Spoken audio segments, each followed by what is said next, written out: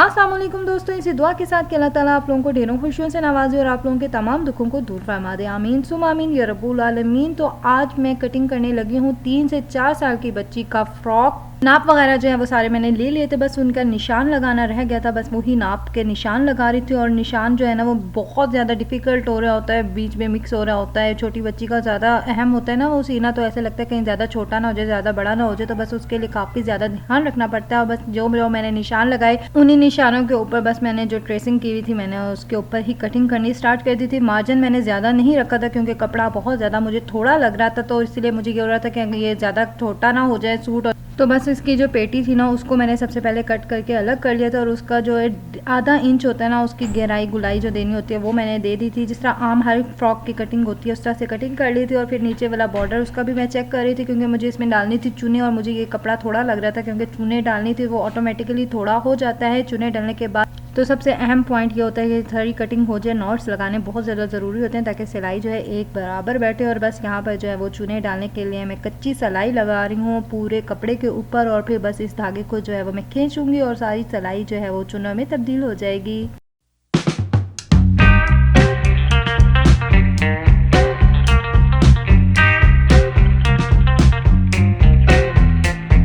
कच्ची सिलाई कंप्लीट कर ली थी और उसके बाद मैंने उस पर चुने डाल दी थी और चुने डालने के बाद मैं इसको वापस में रख कर चेक कर रही थी कि ये बिल्कुल सही इसके ऊपर चुने आ रही हैं। अगर थोड़ा सा भी कहीं ज़्यादा होगा तो मैं दोबारा से धागा खींच कर चुने ज़रा से सेट कर दूंगी, लेकिन बिल्कुल प्रॉपर सही चुने आ रही थी। उसके बाद मैंने उस शर्ट की बैक साइड ली और उस पे जो था मैंने गले की कटिंग करनी स्टार्ट कर दी थी। और मैंने बिल्कुल नॉर्मल साइज़ का गला रखा था, इससे ज़्यादा बड़ा नहीं रखा था क्योंकि अगर ज़्यादा बड़ा हो जाता तो वो बहुत ज़्यादा बुरा लगना था। तो बस मैंने नॉर्मल साइज़ का जो आम रखा जाता है छोटे बच्चों का गला, उसी तरह का गला रखा था और उसको बस कट किया।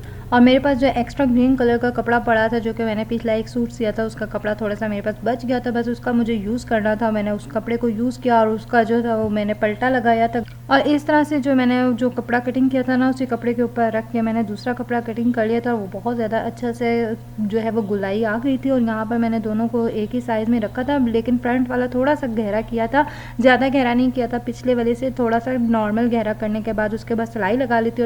अच्छा, गले के काम को कंप्लीट करने के बाद जो था वो मेरा काम आ गया था बाजू रेडी करने का। बाजू जो थे वो भी मैंने चुनों वाले बनाने थे क्योंकि ये वाले बाजू जो हैं वो बहुत ही ज़्यादा यूनिक लगते हैं और मुझे लग भी रहा था कि इस तरह के सूट के ऊपर इस तरह के बाजू जो हैं वो ज़्यादा अच्छे लगेंगे। तो बस फिर मैंने सोचा कि यही वाले बाजू रेडी करती हूँ। तो बस मैंने सिंपल सी सिलाई लगाई और उसके बाद कच्चे धागे की सिलाई थी और उसको खींचने के बाद जो था वो इसमें चुने आ गई थी और वो मुझे बहुत ज़्यादा अट्रैक्ट कर रही थी। और फरमान भी मेरे पीछे आके मुझे बार बार तंग कर रहा था। तो बस ये बाजू जो है वो मैं शर्ट के साथ अटैच कर रही हूँ और अटैच करने के बाद मैंने चेक किया बिल्कुल सही लग रहा था। और बस अब यहाँ पर जो है मैंने पेटी को और उसके नीचे की जो फॉल है उसको साथ अटैच करना है। तो उसके लिए मैंने दोनों को अंदर सीधा रखा है और बाहर से ये दोनों उल्टे हैं, जिस तरह से आप लोगों को वीडियो में दिखा रही हूँ बिल्कुल इस तरह से सेम आप लोगों ने रखना है।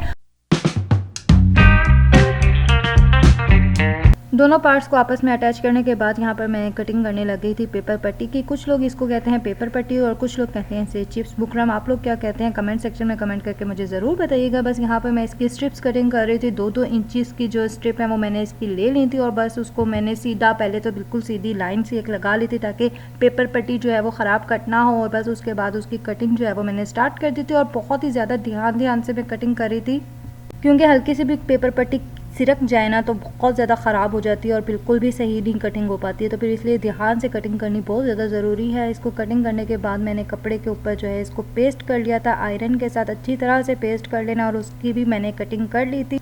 और ये फ्रॉक ना बिल्कुल 0 कॉस्ट के ऊपर मेरा रेडी हुआ है, बहुत ही प्यारा था। घर में ही बेल पड़ी थी जो मैंने इसके ऊपर अटैच कर दी थी और जो स्ट्रिप्स कट करके रखी थी वो भी इसके ऊपर अटैच कर दी। बिल्कुल गुम सिलाई के साथ मैंने बेल जो है वो अटैच की है और फाइनल लुक आप लोग देखिएगा और बताइएगा कमेंट सेक्शन में कैसा लगा आप लोगों को मेरा ये फ्रॉक। ज़रूर घर में भी ट्राई कीजिएगा, अपनी बहन को भांजी को बनाकर दीजिएगा।